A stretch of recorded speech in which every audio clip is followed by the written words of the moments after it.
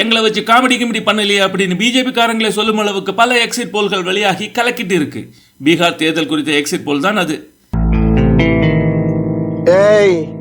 என்னை வச்சு ஒன்னும் காமெடி கிமெடி பண்ணலையே.